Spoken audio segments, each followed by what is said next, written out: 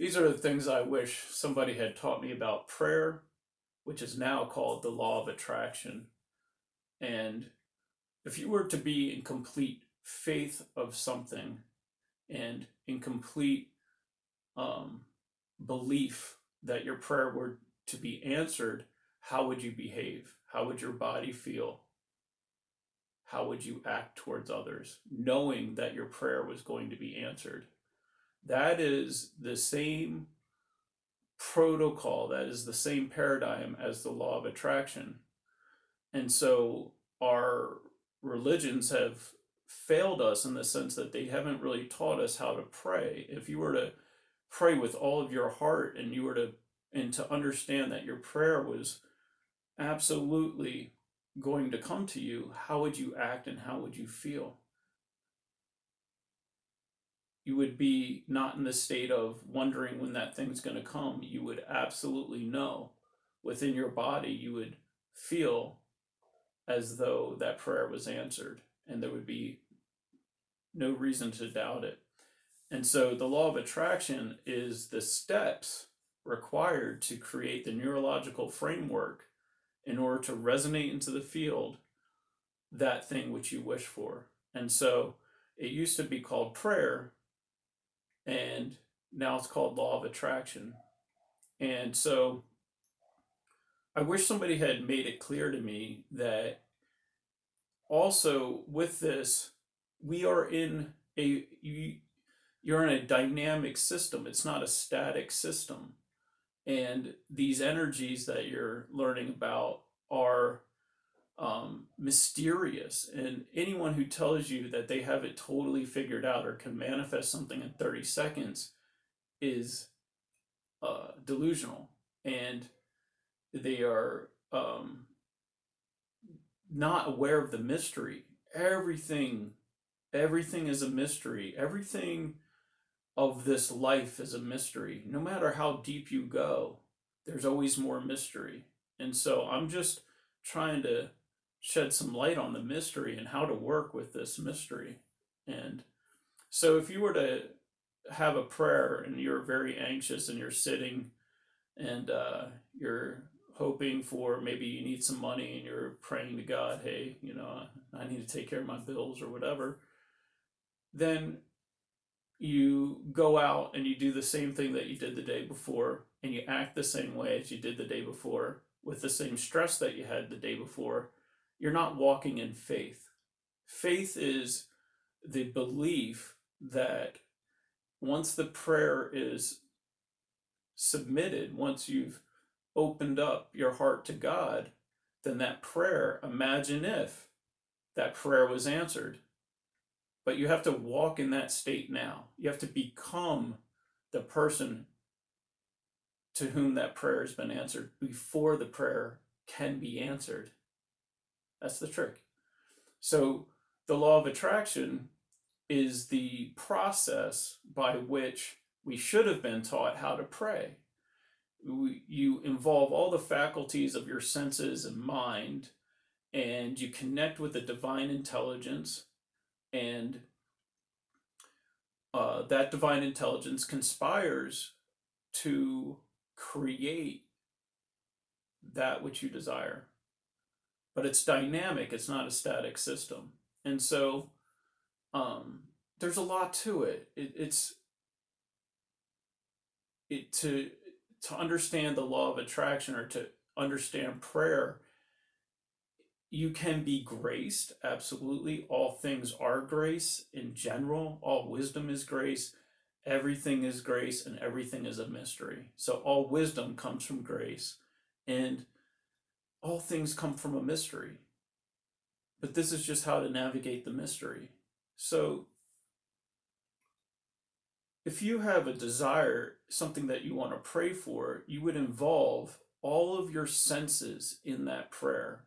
If you have something you want to attract, you have to involve all of your senses in that thing which you wish to attract. You are both the antenna and the receiver in this very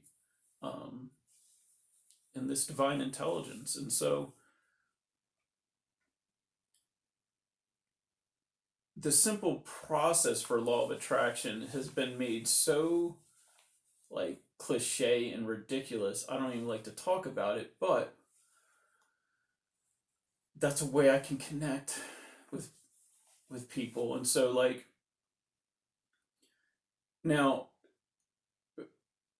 there is an emotional state that resonates within your individual field of energy. And so that state they would say is lack or abundance. It's a very generic way to look at it, but that's what they would say. So, as you know, your emotions are creating this field of energy around you. And so, if you are in the state of wishing for something or in the state of lacking faith, then that thing cannot come to you. So, you have to walk as faith. You have to walk as the person who has received that which they desire. But how to get there and where, what I wish I had known is that you will be tested, and nobody even talks about this at all. And the bigger the project, the more you're going to be tested, and the longer it's going to take. The timeline is also something that people, I never see these videos talk about. But so let's say that you understand some fundamentals and that, okay, we want to create something in your life, and you are trying to commune, and you want to have a prayer answered, and you want to, but you were not taught how to walk in faith. It's a process, it's a yoga, it's a union, and there's a technique. And so one way that I wish somebody had explained it to me is as simple as a union, and involving all of your senses in your prayer. I wish somebody had told that to me. So if I have something that I want, then I have to, aside from it arising in the external world, imagine. That's why these cats are always talking about imagine, visualize, visualize. Well, why are you doing that? You're visualizing it so it can create the emotional state of that thing happening. And so the vision boards and all this subliminal and blah blah blah la la la la la la la la. Forget all that. Bring to your attention the imagined future where that thing or that person or that success exists for you, and allow those images to bubble up in your mind. And so as you feel those images in your mind, you're going to use your attention and your focus, and you're going to animate those images with your attention and focus, and you're going to feel within your body. You are both the antenna and the receiver. And so in this case, we're going to send out a signal, and we're going to feel that feeling of that perceived emotional event happening before it happened. And we're going to feel it within our body, and our body is that antenna. So we are going to walk as faith. We are going to be in a state of faith with our being.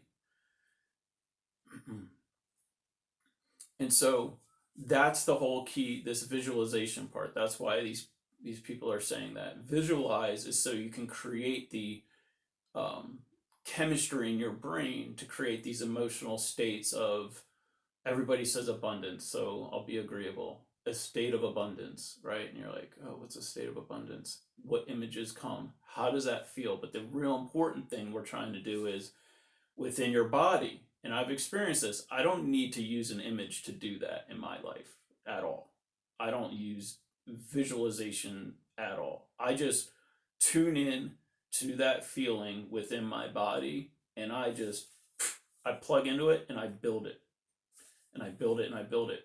So I wish somebody had told me, one, that you're trying to create an emotional state within your body, and you need to walk in that state, which is the harder part. So then you're going to get up, you're going to create your visualization, you're going to get up and you're going to feel great, and then you're going to go down the street or go back to your job that sucks, and all of those same things that caused you to feel that way about yourself are going to be there.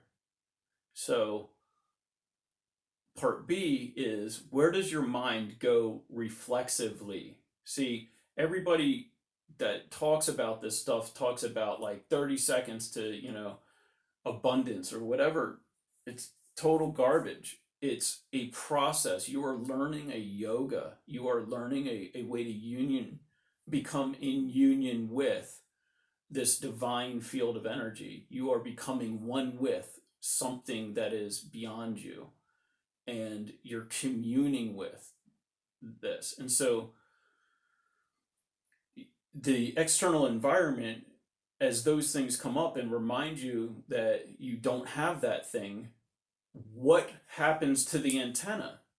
The antenna starts to tune in to the fact you don't have those things. And then you're no longer sending the same imagery to the field.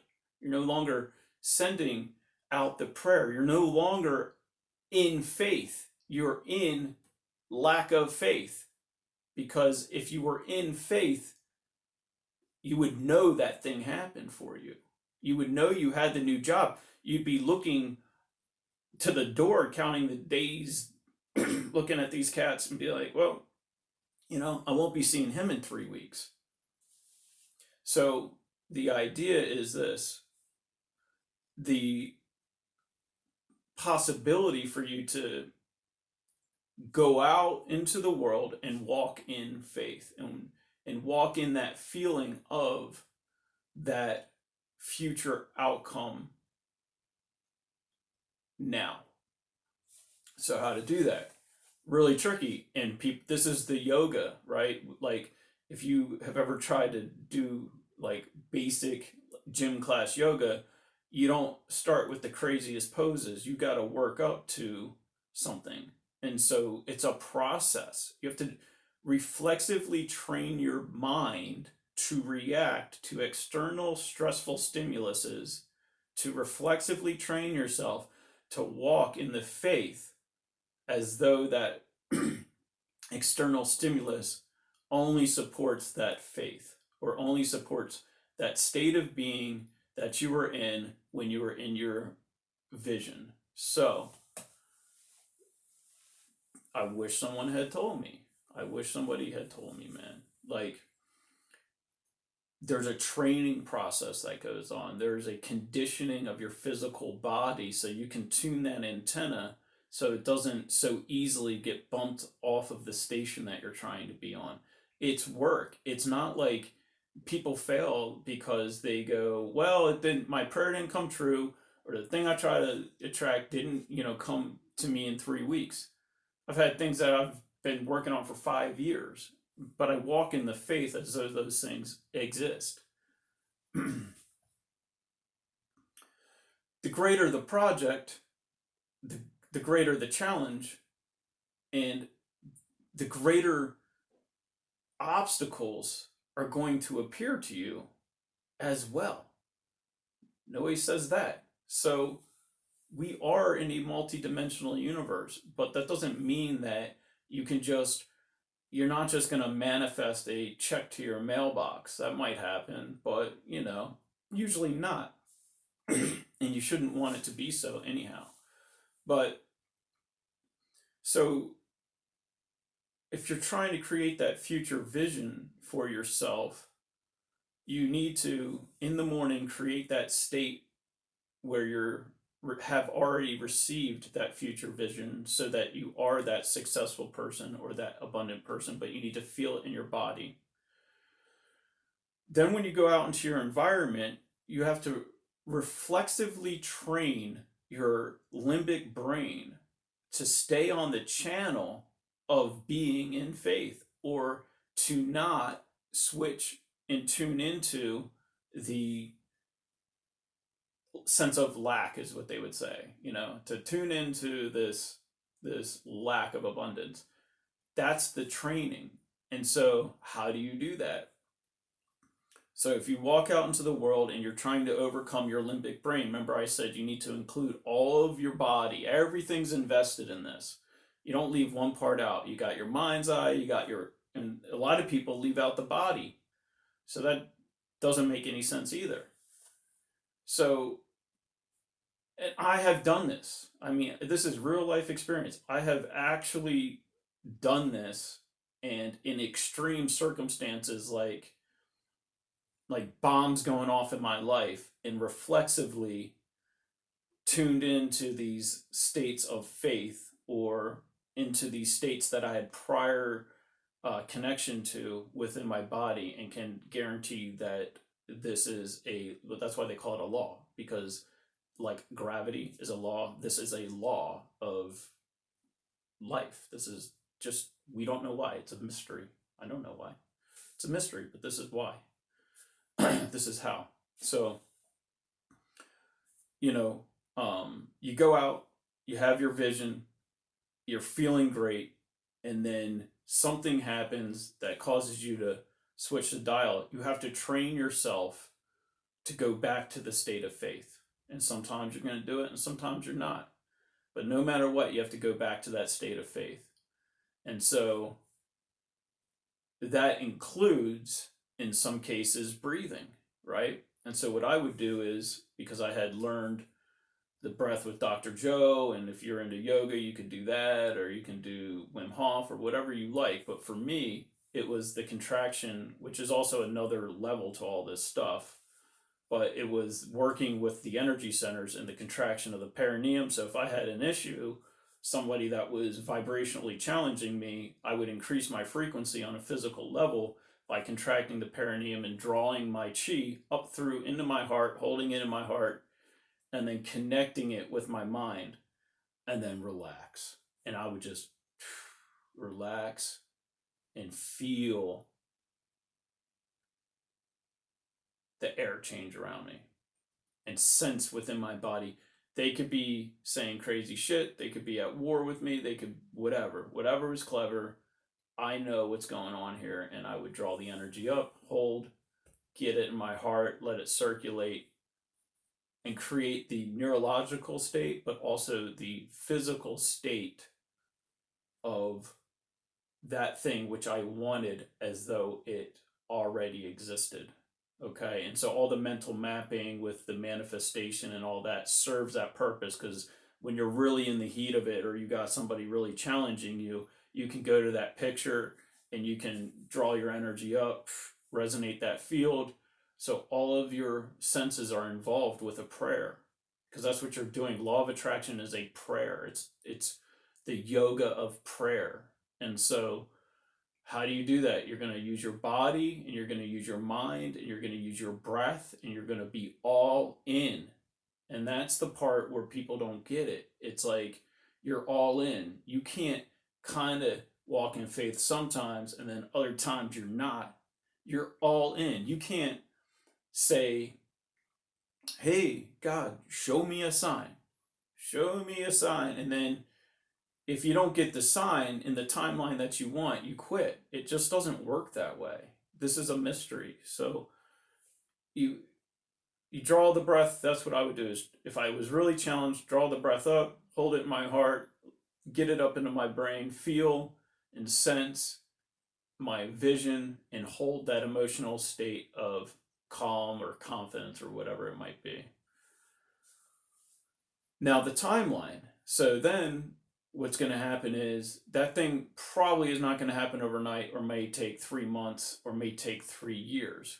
But that's why it's called faith, because you have to, it's on a divine timeline. It's not on your human timeline, right? It's not on your ego has all these principles and demands, and you're working with something. You are unifying with something greater than yourself, and you have to trust that in that unification, that yoga of unifying with something greater, that thing actually loves you enough and wants you to understand enough that you get everything you need. And that doesn't include getting a check for $5 million in the mail, although that'd be awesome, but and could happen. but that timeline is where people get caught. It's a way of life. It's not a There's not a beginning and then an end, and you go, oh well, now I'm cool in the gang, I got everything. And it's a way of life. It's how you animate your prayer. It's how you animate your vision on earth. And so I wish somebody had told me that there was a a challenge as your body begins to learn to reflexively react to these stressors differently. Because before you knew this, you reacted with stress, but now you're asking of your body and mind to react in an evidence of faith. It doesn't happen miraculously. It's yoga, it's stretching. You have to learn how to do that. It's a process. And so, um, those are the things that I wish somebody had told me. And I think I'll probably do a video on the actual exercise of it. But the real takeaway message is that you it, it's a all in, all your senses, all your faculties, your breath, and you're going to learn. You're not an expert. No one is. It's a you're not a black belt. You're just learning the process, and be patient with yourself. But in that, the goal is to reflexively react to those stressors in your environment and to those bad people or whatever's going on for you. The reflex, the automated response, no longer is the state where you're stuck or you just tune into that. The automated response becomes the feeling that you had when you did your meditation before, the feeling you had when you were in that visualized state, right? That feeling you have of that successful person 3 years from now. And you begin slowly to build and create the pathways in your brain. And that's just conditioning. So you have to give yourself time, but there will be an actual conditioning, all the fire wire together stuff they talk about, and you will start to wire up a new state of reaction, a new state of reflex to the world that challenges you. And so as that happens, then you start to send out that from that antenna, this different electrochemical field or electromagnetic field created by the hormones in your brain, and you send out that different signal, and then you're going to receive something different, but it's not on the timeline you might expect. It's a learning process, and all of this is a mystery. So anyone that tells you otherwise is not being honest. This whole universe is a great mystery. There's laws to it, there's ways that it functions, but we don't know. In your rational mind, that identity that wishes for things, it probably knows least of all about what this actually is, what we're living in. So anyway, those are the things I wish somebody had taught me about the law of attraction. Or better yet, I wish somebody would teach people this about prayer. This is, I believe, what the law of attraction is what ancient civilizations would have taught as prayer. And so, anyway, I hope this helps. Om.